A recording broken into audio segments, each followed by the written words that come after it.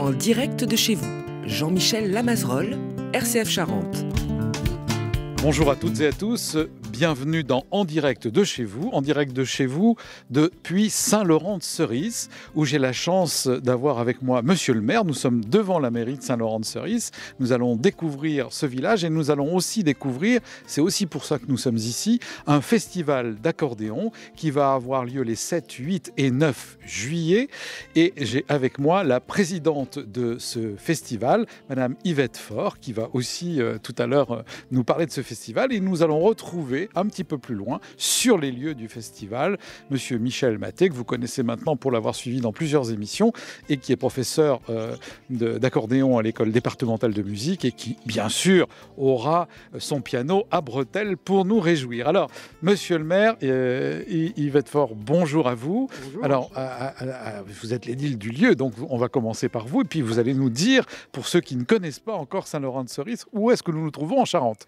Alors, on se trouve en Charente-Limousine, donc c'est la zone nord de la Charente, enclavée entre la Vienne et la Haute-Vienne. Et donc nous, on se situe plutôt sur la partie sud, on va dire entre Chasseneuil et Confolens, un peu au milieu du triangle Limoges, Poitiers, Angoulême. Alors, on situe un peu mieux, mais maintenant on se dit, mais qu'est-ce qu'il y a à Saint-Laurent-de-Cerise ? De quoi vit-on ? Comment est-ce qu'on a des commerces ou pas ? Comment vit une petite commune comme ça, dans ce triangle, pas loin de Confolens ? Alors Saint-Laurent, c'est une commune où il y a à peu près 800 habitants et effectivement, on a la chance d'avoir un panel assez complet de commerce avec un restaurant, une boulangerie, une épicerie associative, une fleuriste, une assurance et puis tous les commerces de première nécessité ainsi que des médecins. Voilà, et puis des infirmières aussi. Donc on arrive à faire vivre un petit peu cette commune avec ces commerces-là et puis avec des habitants, on a à peu près, donc je l'ai dit, 800 habitants qui sont assez dynamiques, qui sont présents dans plein d'assos et puis qui nous permettent de faire des manifestations assez régulièrement sur la commune. Oui, on le voit dans les journaux, je vous le disais tout à l'heure en préparant l'émission dans la salle des mariages de la mairie. Vous avez dit épicerie associative. Alors ça, par contre, je ne vois pas ça tous les jours. Non, effectivement, c'est a priori la première qui se monte au niveau départemental. En fait, c'est une association de bénévoles qui a souhaité mettre en place en partenariat avec le conseil municipal, une association qui permet d'ouvrir une épicerie de producteurs locaux. Donc c'est que des producteurs du secteur, donc des éleveurs, des maraîchers, tout genre de choses, donc qui mettent à disposition leurs produits dans un magasin sur la place du Champ de Foire à des prix compétitifs. L'idée, c'est de faire vivre le mieux possible ces agriculteurs et puis de faire profiter aux gens de la qualité de ces produits frais et locaux dans une période où c'est assez compliqué de trouver des bons produits pas chers. D'accord. Et cette épicerie, elle est ouverte tous les jours ou c'est simplement à certains moments ? Parce que, évidemment, qui dit associatif dit roulement, bénévole, et c'est pas toujours évident. Absolument. Donc pour l'instant, c'est comme vous l'avez dit, ce sont des bénévoles qui tiennent le magasin. Donc pour l'instant, c'est ouvert 3 demi-journées par semaine, le vendredi matin, samedi matin, dimanche matin. L'objectif, c'est d'augmenter l'amplitude horaire de ce magasin en embauchant une salariée à mi-temps pour pouvoir ouvrir aussi d'autres périodes dans la semaine en fonction des demandes des habitants, quoi. Mais comme c'est des bénévoles, pour l'instant, effectivement, c'est assez restreint. Puis c'est tout neuf. Elle est ouverte le 1er avril. Donc voilà, c'est récent, c'est le temps que ça se rôde. Et puis après, on va augmenter les amplitudes, quoi. Bien, c'était pas un poisson d'avril. Alors, alors, chère Yvette, on est là aussi pour ce festival d'accordéon. Vous allez nous dire où on va se rendre et on continuera à poser des questions à Monsieur le maire avant qu'on ne pose des questions plus spécifiques sur cette manifestation. Où va-t-on, Yvette, à pied ? Eh bien, on va aller sur le site de la fabrique, à côté de la salle polyvalente, où aura lieu le festival. Très bien. Alors, on vous reprend tout à l'heure. Vous nous suivez, hein, Yvette. De quoi on vit quand on est sur le secteur de Saint-Laurent-de-Cerise ? Où est-ce qu'on travaille ? Alors où est-ce qu'on travaille ? Il y a plusieurs grandes usines dans le secteur. Il y a des usines à Terre de Haute-Charente, des tuileries. Il y a 2 grandes tuileries. Il y a des cartonneries qui sont un peu plus loin dans le secteur d'Excideuil. Il y a une grande papeterie qui est située à Saya. Donc une grande partie des habitants travaillent là-bas. Il y a aussi une entreprise qui s'appelle la Croisée DS à Champagne-Mouton qui est pas très loin. Donc il y a pas mal de gens qui vont travailler aussi là-bas. Il y a encore quelques agriculteurs sur la commune. Donc eux, du coup, ils vivent sur la commune. C'est une chance pour nous. Et puis il y a aussi quelques entreprises sur la commune. Il y a une menuiserie qui est pas très loin d'ici. On va passer devant une entreprise qui fait de la peinture, donc qui embauche pas mal de gens aussi. Donc voilà, c'est assez divers. Il y a quelques professions libérales et puis il y a de l'artisanat, du commerce. Donc il y a un peu de tout en fait. C'est une population assez mélangée qu'il y a sur la commune. C'est assez divers. Donc c'est la force qu'on a. Quand on parle d'agriculture, on est plutôt dans l'élevage, la polyculture ou les céréales? Alors on est sur une zone de transition ici. Il commence à y avoir un peu de céréales, ça reste majoritairement de l'élevage, beaucoup de bœuf, donc la fameuse limousine. Donc la grande partie de l'élevage chez nous, c'est de la vache, effectivement, c'est de la limousine. Il y a un peu aussi de moutons, donc pas mal d'élevage quand même, effectivement. Bien, il y a des choses à voir, historiques ou pas, à Saint-Laurent-de-Cerise. Vous connaissez un peu l'histoire de la fondation de cet endroit et de ce qu'on peut y trouver quand on vient visiter ou se balader simplement. Alors Saint-Laurent, c'était effectivement une ville ouvrière il y a une centaine d'années de ça, avec une fabrique de draps puis de feutres. Là où on va se rendre, historiquement, c'est un grand site industriel passé. Donc il y a cette histoire-là un petit peu de l'industrie. Et puis à côté de ça, il y a tout un patrimoine naturel on va tourner là, c'est par ici.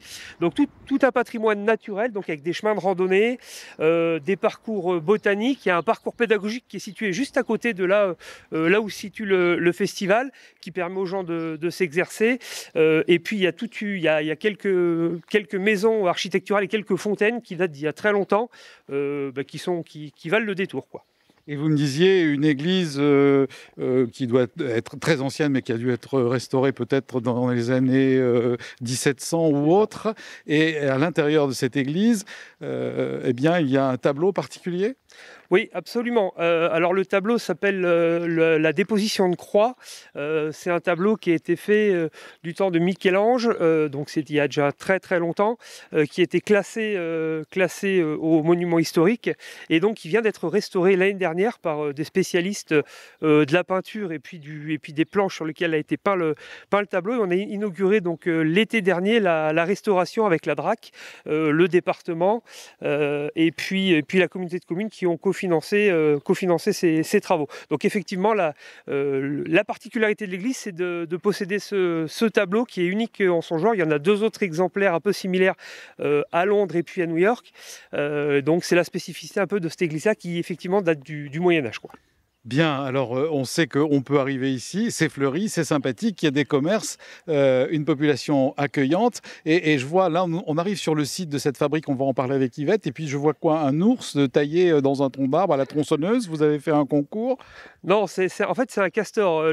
J'avais pas vu de loin. Avec les 2 dents, effectivement. Il y avait des poils, et puis oui, c'est assez gros, quoi. Effectivement, ouais. C'est un castor qui est en train de tisser un morceau de tissu avec de la laine. Ça représente effectivement l'ancienne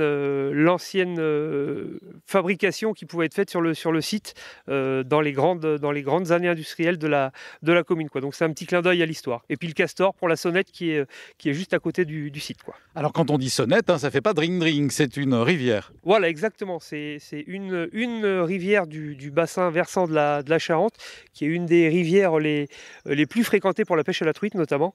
Voilà, donc elle prend sa source sur la commune de Saint-Laurent. Voilà, c'est un petit peu la particularité. D'accord, et après elle rejoint, parce que je sais qu'il y a le son, la sonnette, et ça va où? Alors tout ça se rejoint après sur le secteur de Champagne, et puis après ça repart direction la Charente, après plus loin vers Verteuil, quoi.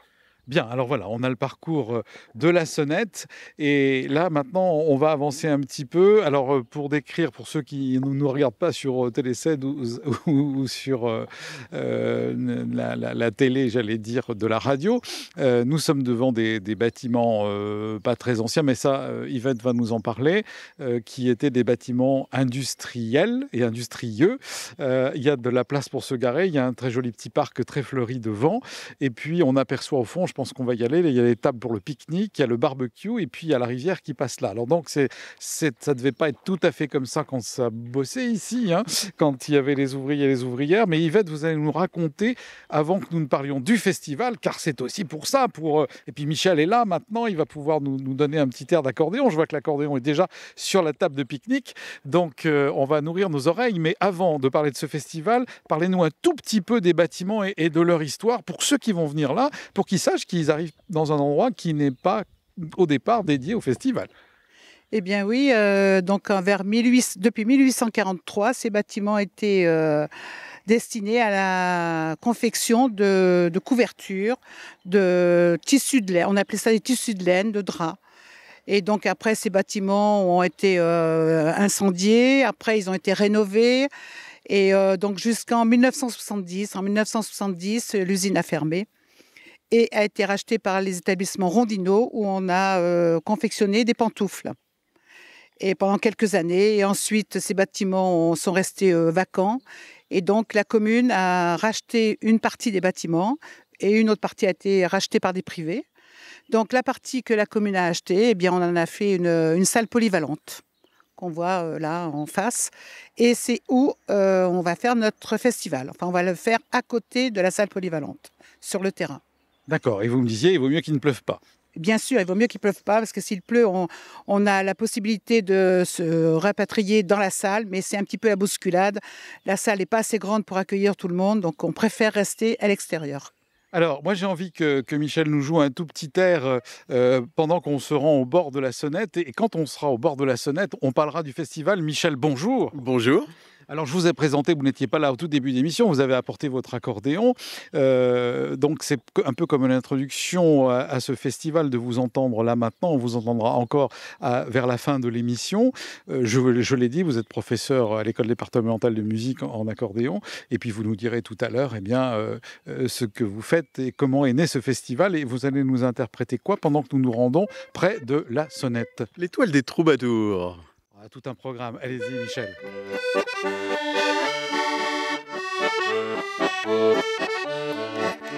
Si tu passes par Saint-Laurent, prends le chemin du bonheur.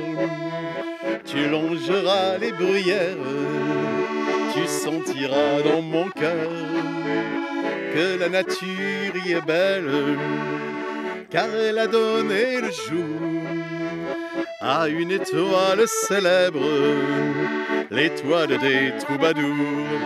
Dans un petit coin de Brière, une étoile est née pour toujours. C'est l'étoile des monnaies d'hier, c'est l'étoile des troubadours. Cette étoile brillera sur la terre tant qu'il y aura des jours. Une étoile en la bruyère, c'est l'étoile des troubadours. Yeah. On va danser la bourreille. Bien, merci beaucoup, Michel. Je ne me rappelle plus comment vous chantiez si bien. Merci.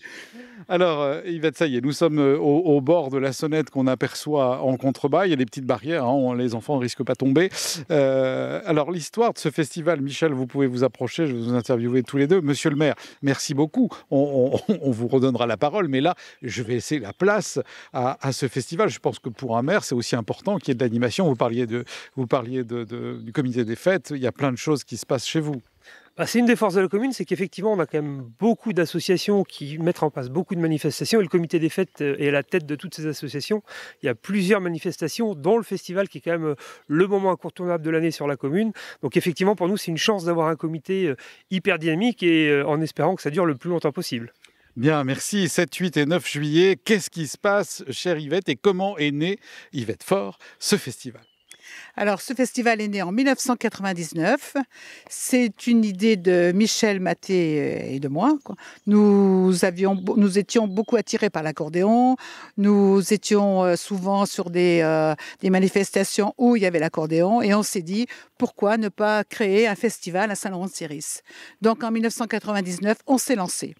Voilà. Oui, ça a commencé en 85 avec l'orchestre Welcome.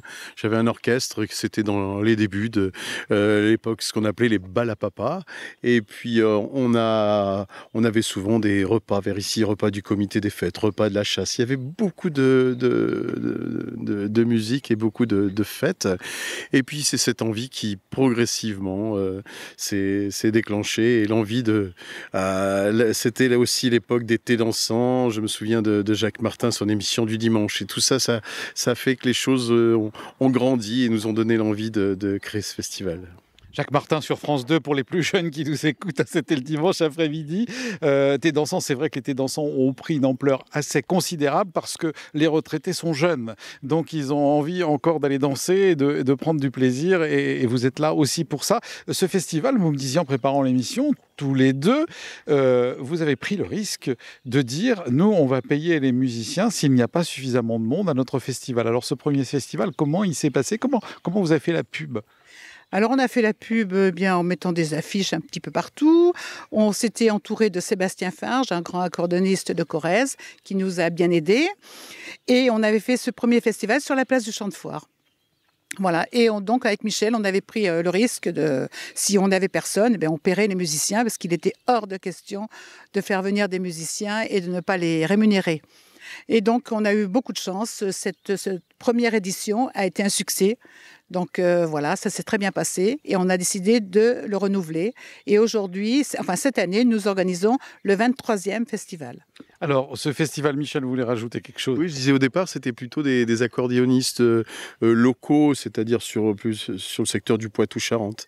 Et après, ça nous a donné l'envie d'agrandir et d'étoffer sur pratiquement des accordéonistes de toute la France. On va y revenir, Michel. Ce premier festival, c'est pour qu'on voit par rapport à aujourd'hui. C'était quoi très concrètement? C'était une journée, combien d'heures? Enfin, qu'est-ce qui s'est passé? Parce que l'idée du festival, c'est à la fois précis et très vague. Qu'est-ce qu'il y a dedans? Oui, alors ce festival, c'était que sur une journée de 14h30 à minuit. Et voilà, aujourd'hui, on arrive à faire sur 3 jours. Mais le premier, en effet, et même les 10 premiers, on va dire, ont été que sur une journée. Alors, qu'est-ce qui se passe quand on vient pour cette journée particulière du festival? On parlera du vendredi et du samedi que vous avez rajouté là. Mais le festival proprement dit, il a lieu le dimanche 9 juillet. Voilà, c'est ça. Donc, le dimanche 9 juillet, on commence par une messe en plein air qui sera animée par des musiciens, par Sébastien Farge, par Michel Maté, Denis Salès, les musiciens qui sont déjà sur le site, Philippe Bastier en tant que guitariste. Et donc, après, on propose aux gens qui sont sur place, qui ont réservé un repas chaud qui sera servi dans la salle. Et à 14h30, on commence le festival. Le festival débute à 14h30 avec une première partie d'une demi-heure environ, avec l'orchestre Alain Michel, l'orchestre de base, qui accompagnera toute la journée les musiciens qui sont prévus pour cette journée. Et alors, non-stop, les musiciens s'enchaînent les uns derrière les autres pour interpréter, on va dire, leur spécificité dans le monde de l'accordéon. Tout à fait. Donc, c'est Michel Maté qui est l'animateur de cette journée. Donc, il présente chaque musicien, il donne leur nom, leur spécificité, d'où ils viennent, etc. Et chaque musicien joue environ 30 minutes, 30 à 40 minutes, et voilà, tout au long de la journée. Donc, ils ont un premier passage entre 14h30 et 20h et un deuxième passage entre 21h et minuit. D'accord. Et le public, il fait quoi pendant ce temps-là? Alors, le public, il est assis sous les tivolis à l'ombre, parce qu'on installe beaucoup de tivolis, des tables, des bancs, des chaises, etc. Et le public, il danse, il écoute la musique, voilà. Il peut aller à la buvette, etc. Il y a de quoi les occuper. Ce qui est très amusant aussi, c'est que chacun vient avec soit sa petite chaise longue, soit sa petite chaise pliante. Et c'est une tradition. Ils sont habitués. Ils viennent avec leur camping-car. C'est un peu les vacances des retraités de l'été avec les camping-cars. Ils se déplacent de festival en festival chaque semaine. Et je trouve ça vraiment, vraiment magnifique. Alors, ça veut dire que les gens, maintenant, ils se le disent, il y a un bouche à oreille. Et vous me disiez, oui, effectivement, qu'il y a beaucoup de camping-caristes qui viennent. Oui, ils se suivent. Et puis, à Saint-Laurent, ils ont fait un immense parking pour les accueillir. Et ils se suivent, ils se le disent. Et puis, en plus, les festivals, généralement, ils ont toujours une date attitrée dans l'été. Ici, c'est toujours le 2e dimanche de juillet. Monsieur le maire, qu'est-ce que vous avez mis? Alors ça vous a peut-être surpris, vous n'aviez pas d'air pour les camping-caristes? Alors, on n'avait pas d'aire assez grande pour les camping-caristes qui viennent au festival. On en a une dans le bourg, mais effectivement, elle est assez petite et puis assez loin. Donc, c'était déjà une bonne surprise pour la commune de voir autant d'animations et puis autant de réussite pour ce festival. Donc, nous, on peut que se réjouir de voir des gens qui viennent sur la commune. En plus, il faut marcher nos commerces, notre restaurant, maintenant notre épicerie. Vous en parlerez après. Il y a tout plein d'animations le vendredi et le samedi. Donc, ça fait vivre aussi la commune. Et puis, ça égaye un petit peu la commune pendant 3 jours en entendant l'accordéon de chez tout le monde. On profite aussi un petit peu, quoi.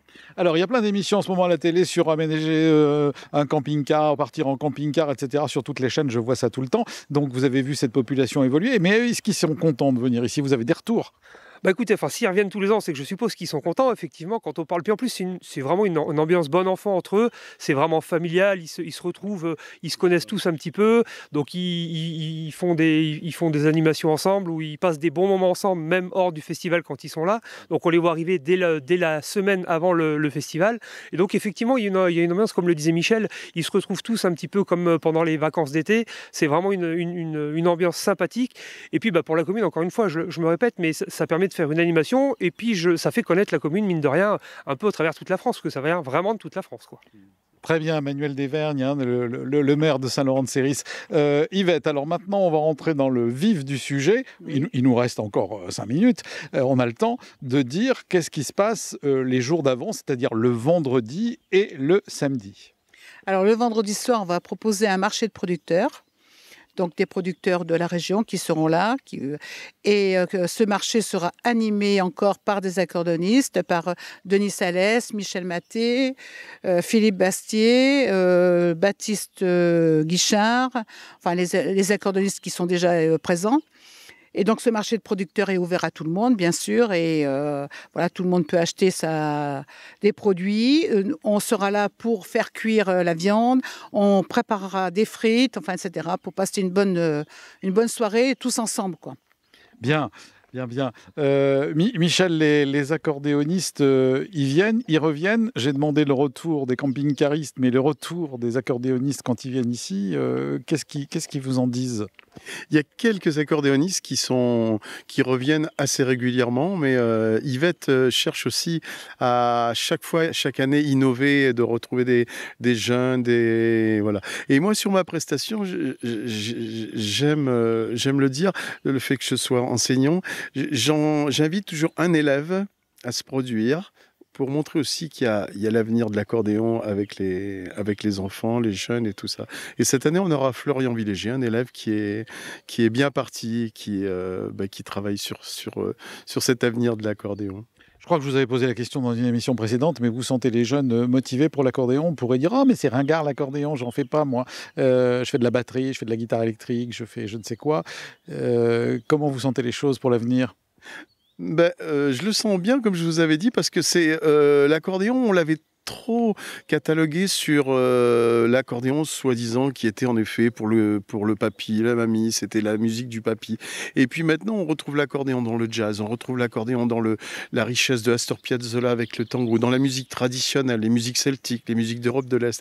Et je pense que c'est en continuant sur ce chemin-là qu'on va amener les enfants. Et en effet, et aussi surtout, je disais, c'est ce qui permet d'avoir beaucoup d'élèves sur le Nord-Charente, c'est aller montrer dans les écoles primaires que l'accordéon existe. Merci Michel de ce beau témoignage. Yvette, alors on le répète, que je ne me trompe pas, les 7, 8 et 9 juillet, on est en 2023, parce que si vous voyez cette émission dans quelques temps, vous direz mais c'était quand? Ça revient l'année prochaine de toute façon, puisque ça fonctionne. Qu'est-ce que vous pourriez nous dire avant qu'on écoute Michel? Eh bien, le samedi, donc il y a... On fait à 18h30, on fait un petit pot d'accueil pour remercier tous les camping-caristes qui sont déjà là. Donc, on fait un petit pot d'accueil. Et ensuite, on fait participer le restaurant de Saint-Laurent qui va descendre sur le site de la fabrique et préparer un repas qui sera animé par l'orchestre de Denis Salès encore et avec d'autres musiciens qui seront là. Donc, mais c'est le restaurant qui fera le repas et donc cette animation sera jusqu'à minuit environ, quoi. Bien, on sent que les habitants aussi sont partie prenante. Mais j'espère que les habitants de Saint-Laurent seront présents, oui. J'y compte. Ils y sont d'habitude. Ils y sont, oui. Pas trop nombreux, mais bon, ils y sont. Allez, on leur lance un appel, ils n'ont qu'à se laisser descendre jusqu'au bord de la Sonnette. Alors, on le rappelle, ce festival, donc le 7, 8 et 9 juillet 2023, sur le site à côté de la Sonnette, à côté de la Fabrique, la salle de la Fabrique d'ailleurs, pour ce festival d'accordéon, surtout le dimanche, non-stop de 14h30 à minuit avec une pause de 1 heure où on peut manger. Voilà, et maintenant on écoute Michel qui va nous interpréter quoi pour terminer l'émission. Mimosette, elle avait 16 ans, de jolis yeux rieurs. Le soir à Montmartre, elle vendait des fleurs. Les clients qui savaient séduire, à son nom préféraient un sourire. Mais pour avoir un sourire plus joli, acheter simplement pour lui dire: je te désire, jolie Mimi. Mimosette, jolie brunette, petit brin de mimosa. C'est pour toi que mon cœur est en fête, et je suis heureux quand je te vois. Tes fleurettes que l'on achète sont moins fraîches que ton minois. Toi qui es si jolie, si coquette, joli petit brin de mimosa. Parfait, merci beaucoup, merci à tous les trois. Yvette Faure, présidente de cette manifestation, monsieur le maire Manuel Desvergnes et Michel Mathé, que nous retrouverons sans doute bientôt dans une autre émission. Et moi je vous dis à la semaine prochaine pour une autre émission d'En Direct de chez vous, et vive l'accordéon.